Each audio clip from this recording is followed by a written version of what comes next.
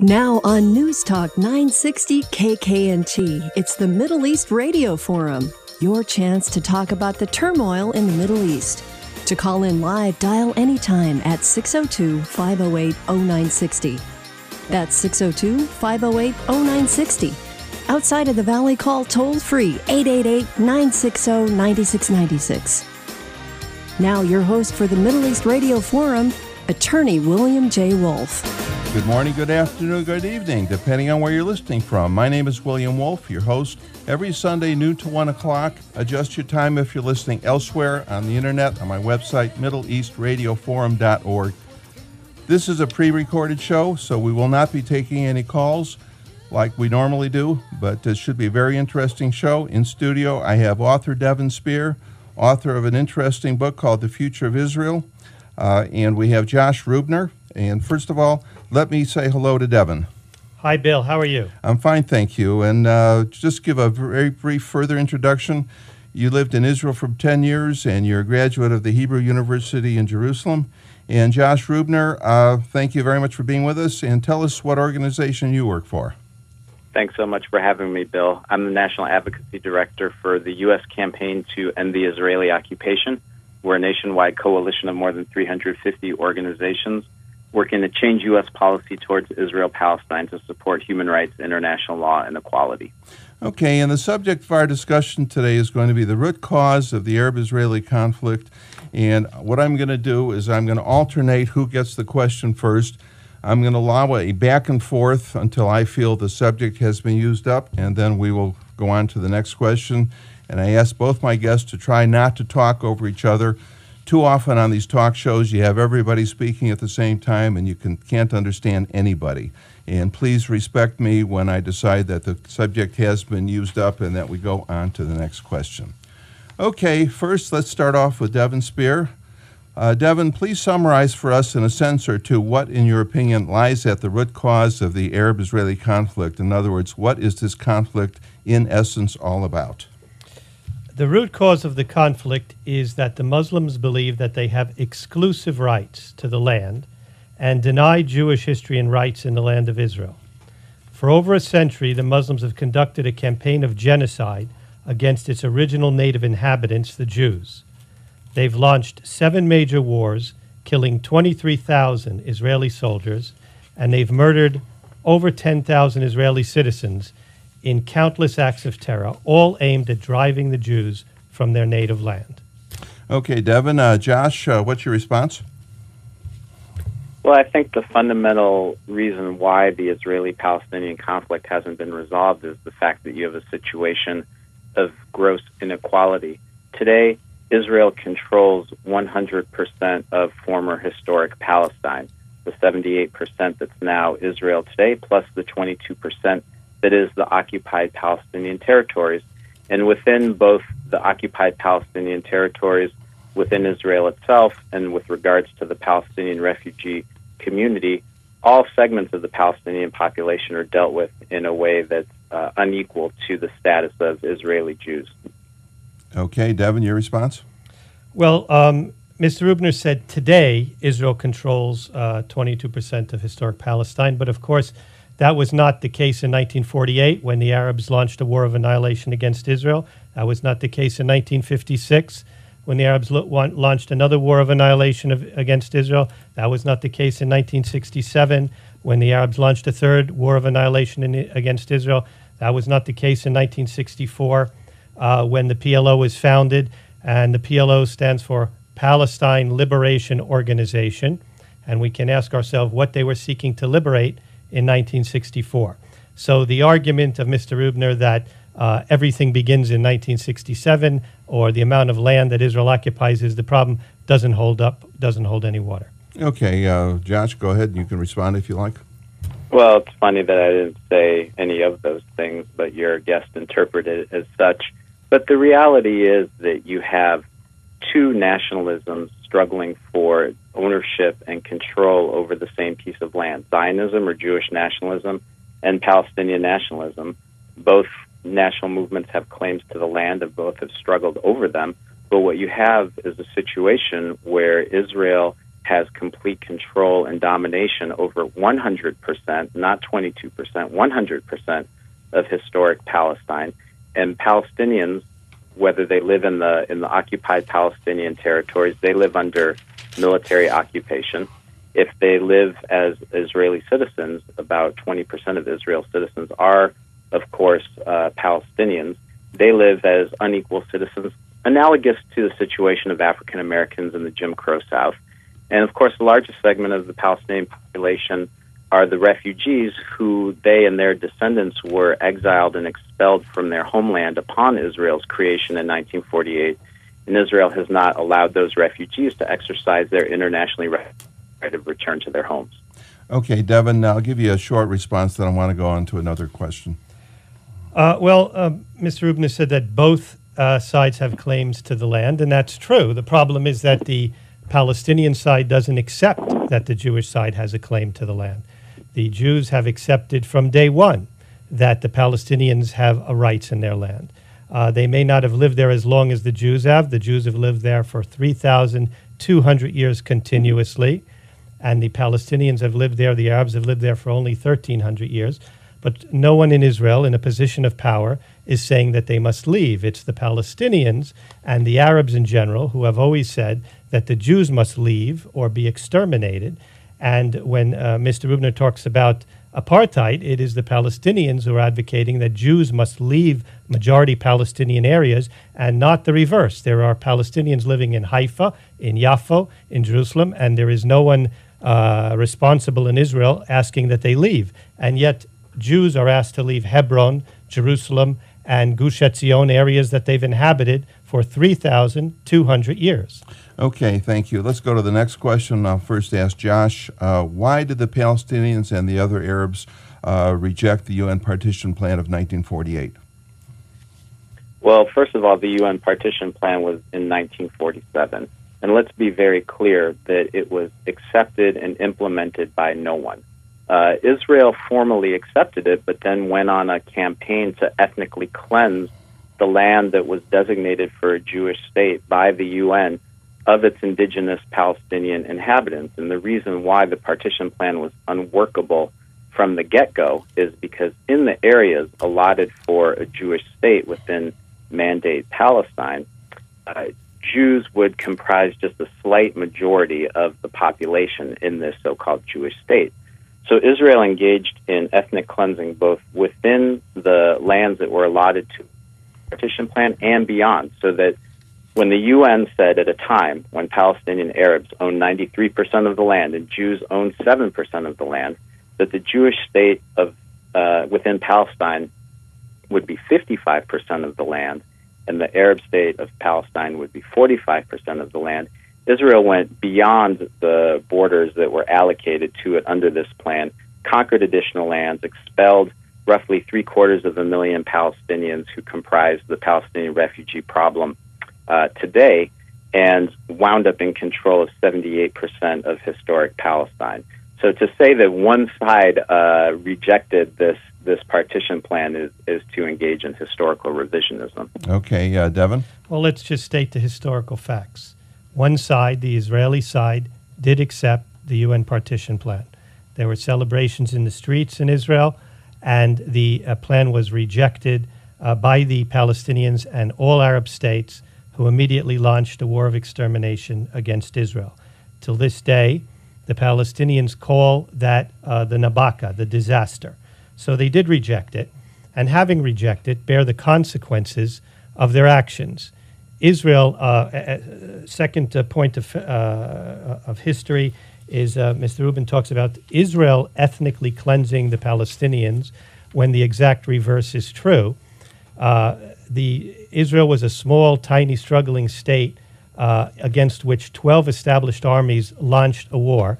And to think that Israel was seeking to ethnically cleanse the Arabs is absurd on the face of it.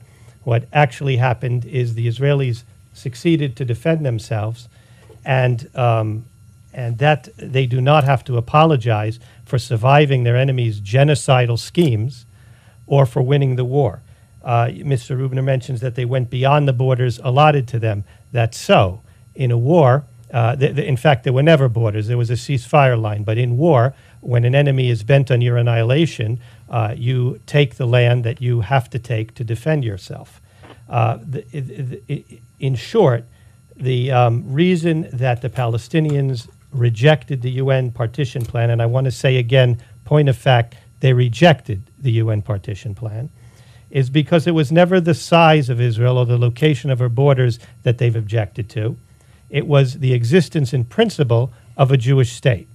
The fact that they rejected it in the UN partition plan borders is the proof of that. Okay, Josh, you can respond.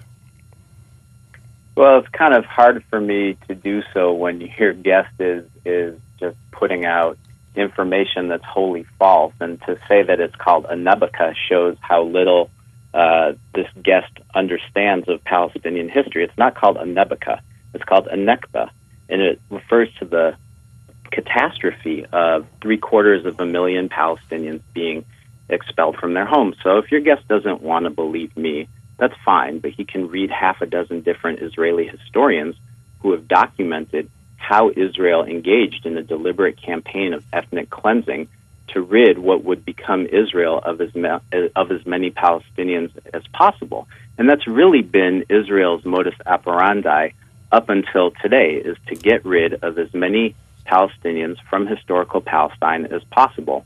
And what we see today is ongoing Nakba, an ongoing catastrophe to drive Palestinians from their homes in the occupied West Bank and East Jerusalem. More than 20,000 Palestinian homes have been destroyed by Israel with U.S. military aid since 1967 to drive Palestinians from their homes and lands.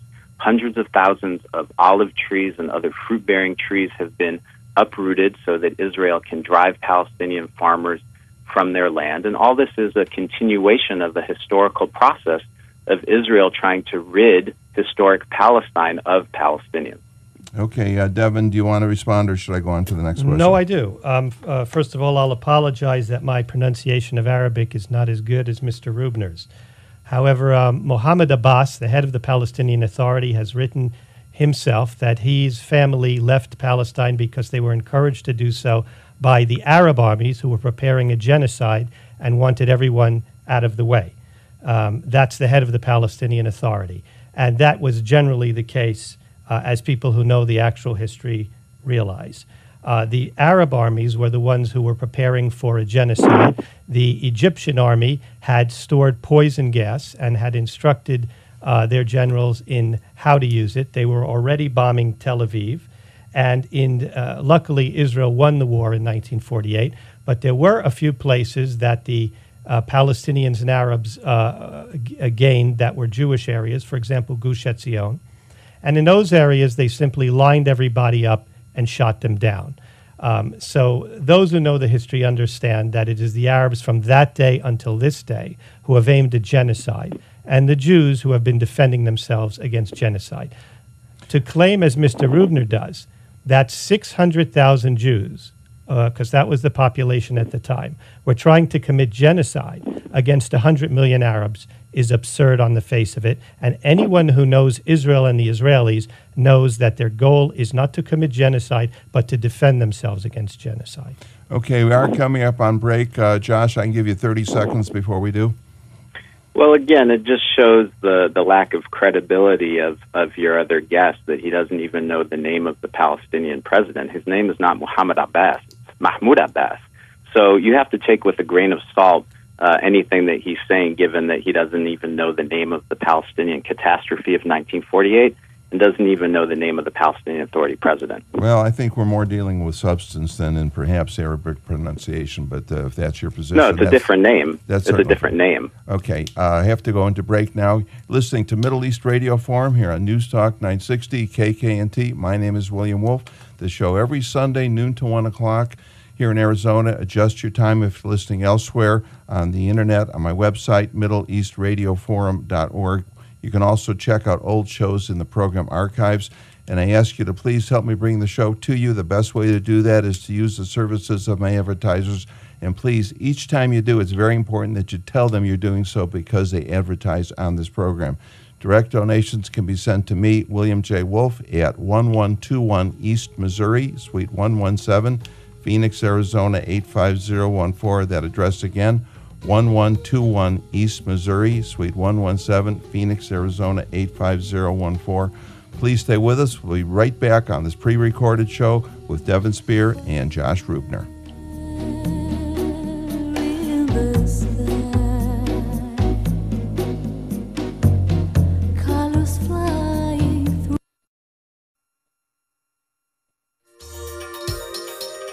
You're listening to the Middle East Radio Forum on News Talk 960 KKNT. To join in the conversation, call in anytime at 602-508-0960. That's 602-508-0960. Outside of the Valley, call toll-free 888-960-9696. Now back to your host, Attorney William J. Wolf. Welcome back to today's pre-recorded edition of Middle East Radio Forum. Contrary to the introduction, we are not taking any phone calls. This show was recorded earlier for broadcast at this time. My guests are Devin Sper and Josh Reubner, and we're having a lively discussion here. I'm asking questions of each guest, allowing the other one to respond. Let's go to another question. I asked the last question to Josh Reubner. This one will go to Devin Sper first. Devin, what would have happened to Israel had she lost the 1948 or 1967 wars? Well, I think that the Arabs would have carried out their pledge to commit genocide. In 1967, again, prior to the war, Ahmed Shukeri, then head of the PLO, said that we're going to throw the Jews into the sea. There were demonstrations in Egypt and Syria calling for the extermination of the Jews. I must add that these are government-sponsored demonstrations, and I think they would have carried it out as they did in those few places that they succeeded to take. Okay, Josh, your response? We'll just speculate about what may have been under different historical circumstances, but the result of the wars of 1947 through 1949 and 1967 resulted in Israel both ethnically cleansing and placing under military occupation Palestinians who lived in historic Palestine. Josh, let me interrupt you here. Josh, please, let me interrupt you here because I do want you to stay on focus. If you have no opinion, that's fine, but Devin was mentioning the things that were stated by the Arab governments about what they intended to do. If you have no response, that's fine, but I prefer you not get off subject. The question is, what would have happened to Israel had Israel lost the wars of 48 and 67? Well, let me try a little different angle then, because, again, it's impossible to speculate about what would have happened. But it was pretty clear that Palestinians, up until 1947, realized that they would have to come to some form of coexistence and cooperation with the emerging Zionist movement in Israel, and what became Israel. And contrary to suggestions, there were no genocidal calls. There were calls for equality. There were calls for Palestinians not to be expelled from their homes and lands. And there were certainly worries about Jewish immigration among Palestinians overwhelming and dispossessing them of their homes and lands. And in fact, that's exactly what happened, both as a result of the 48 war and 67 war. Okay, Devin, your response? I think, Mr. Reubner, you're confusing the result of a war with its cause. The Nazis lost World War II, but to take a snapshot of the war at the end and to then say that the Allies were the aggressor would be false. It's true that the Palestinians lost the war of extermination, but that doesn't excuse them from starting it. Okay. Let's go to the next question. This one will go to Josh first. Josh, if Israel disappeared today, would there be peace in the Middle East? Well, let's talk about what would bring peace to the Middle East. In 2002, the Arab League met in Beirut and adopted a consensus proposal that included every single state that comprises the Arab League, under which this proposal, the Arab League recognized that it would not only recognize and accept Israel as a state within the Middle East, but also integrate it into the region economically, politically, culturally, so forth. In other words, full acceptance of the State of Israel, signed on to by every single Arab state. So every single Arab state is ready for peace with Israel on the condition that it ends its illegal 44-year military occupation of the occupied Palestinian territories of the West Bank, East Jerusalem, Gaza Strip, and adopts a fair resolution to the Palestinian refugee crisis. All Arab countries are on record as supporting this.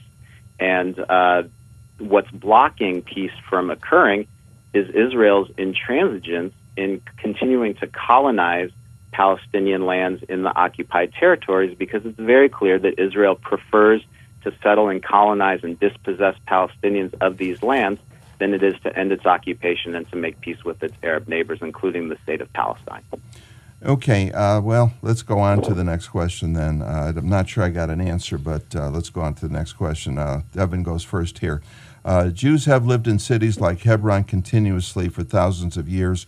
Why doesn't a Jew have the same right to live in Hebron as an Arab? Yes, the people that Mr. Reubner are calling colonizers have lived in a city like Hebron for 3,200 years. And I submit to you that someone who's lived in a city for 3,000 years is not an occupier, not a foreigner, not a colonizer.